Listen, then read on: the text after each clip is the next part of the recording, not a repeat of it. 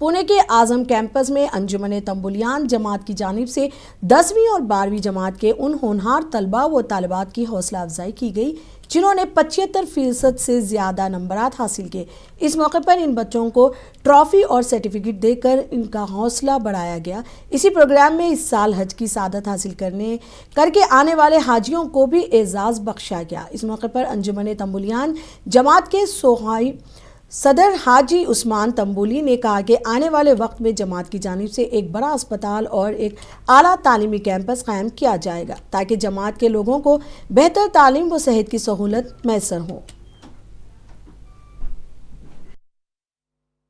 मैं बहुत शुक्रगुजार हूँ उस्मान तंबुली साहब का कि मुझे इस प्रोग्राम में आमंत्रित किया और तंबुली समाज के लिए ये एक बहुत इंस्पिरेशनल प्रोग्राम है।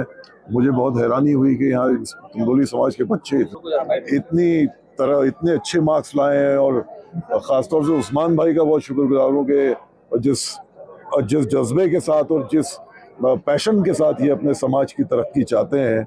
उस्मान भाई, बहुत खुशी हुई आपसे मिलके कि ये कौम है जो अलग अलग गांव के अंदर है और वो महाराष्ट्र में आके इकट्ठा तब्दील होना, उसका हम कोशिश कर रहे हैं और हम इकट्ठा आएंगे। तो इसमें से जिस तरीके से हमने कहा है कि हमारे समाज का जमात का एक हॉस्पिटल होना चाहिए, एक शैक्षणिक इदारा होना चाहिए, क्योंकि आजकल लोग को सबसे बड़ी प्रॉब्लम आती है बच्चे की पढ़ाई की। कोई बीमार पड़ता है तो हॉस्पिटल के बिल की, तो इसमें आदमी कर्जा लेके भर के उसकी पूरी जिंदगी उसमें दफन होती है।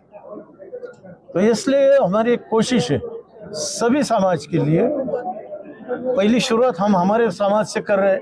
पहले हमने शुरुआत ये की है कि सिर्फ रोटी बीटी का व्यवहार तंबोली में होता था,